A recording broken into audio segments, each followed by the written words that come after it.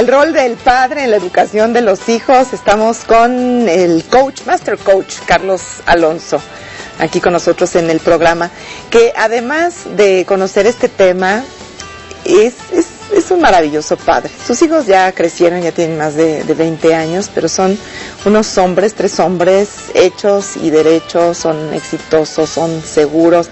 Y yo ya como papá quisiera preguntarte, Carlos, ¿qué fue lo que hiciste? Después de los que nos has contado de este mundo de la madre con el hijo, en donde el vínculo es necesario, natural y condicional, ¿cuándo entra ya el padre? Por ejemplo, tú cuando ya entraste con Norma, tu esposa, a decirle, a ver, ahora ya, estos niños ya vienen para acá, porque necesitan, como dijiste hace un momento, desvincularse. Así es. Te decía que hay una etapa del mundo de la madre donde el niño busca afanosamente a la mamá. Se lastima, va con su mamá. Tiene una pesadilla y le da la vuelta a la cama y va con su mamá. Entonces es una etapa que más o menos va de los 0 a los 11, 12 años. ¿Okay? Obviamente yo como papá siempre he estado con ellos, pero ¿de qué manera?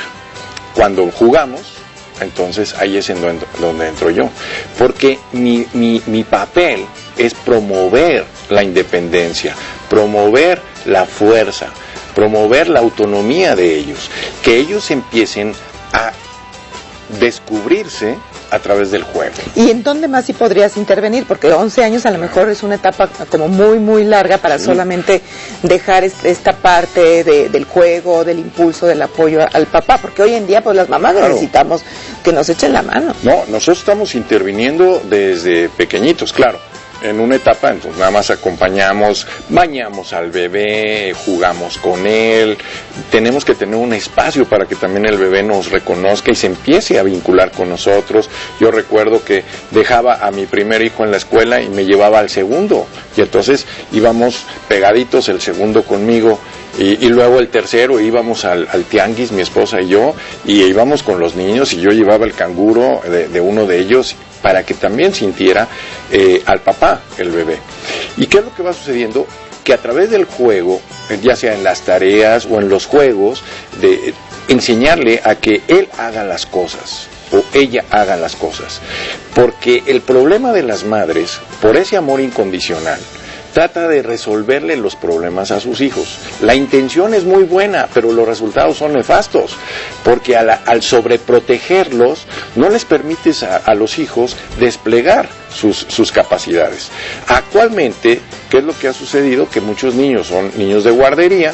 Entonces ellos aprenden a valerse por sí mismos, pero el problema es las vinculaciones. Entonces tenemos que hacer un esfuerzo mayor, padre y madre, para vincularse en los tiempos en los que podemos relacionarnos con ellos, dado que ambos trabajamos. Cuando papá no está, cuando papá está ausente, hay más de 7 millones de mujeres en este país que están criando prácticamente solas a sus hijos. Mira, ese aspecto me duele muchísimo, porque yo observo los grandes esfuerzos que hacen las mujeres, de veras, esfuerzos heroicos, y ahí es en donde yo me pregunto, ¿dónde está el hombre? Porque yo puedo entender, y así te lo digo a ti, yo puedo entender que tú estés molesto, enojado y no quieras saber de la bruja con la que te casaste algún día. ¿Sí? Lo voy a decir así. Pero lo que no se vale es que te desentiendas de tus propios hijos. Tus hijos no tienen la culpa de los problemas que tienes con tu esposa. Y creo que es muy cómodo que para yo atacar a la mujer, ¿sí?, la ataco por donde más le duele, que es por los hijos. Entonces, tú dices, ya no me quieres o no podemos vivir juntos y todo, perfecto. Entonces cedo toda la responsabilidad a las madres y yo me desentiendo, ¿sí?, de mi responsabilidad como padre. ¿Qué es lo que estarían, Carlos Alonso, perdiendo esos niños? Ya sea porque tienen una ausencia completamente del padre o también estando presente o viviendo, entre comillas, juntos.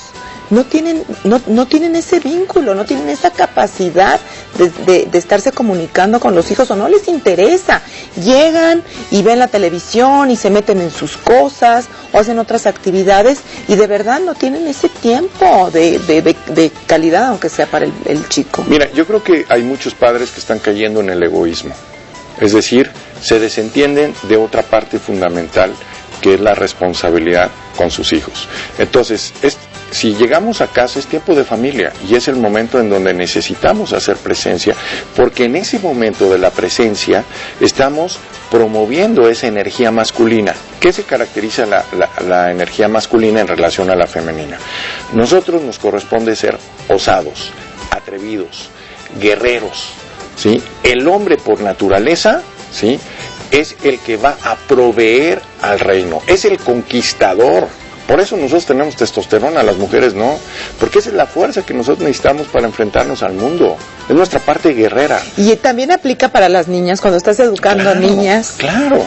Esa fuerza, esa, como dices, osadía, esas ganas de luchar, y eso las da el padre. También las da el padre. Evidentemente son niñas más independientes, más atrevidas, no son mujeres sometidas, dejadas, sino al contrario, son mujeres atrevidas, osadas, que pueden hacer hazañas increíbles. Podemos ver a mujeres como estas alpinistas que llegan a las cumbres, o estas nadadoras que cruzan, por ejemplo, el Canal de la Mancha, o veleadoras que han hecho el viaje de Europa a América solitas.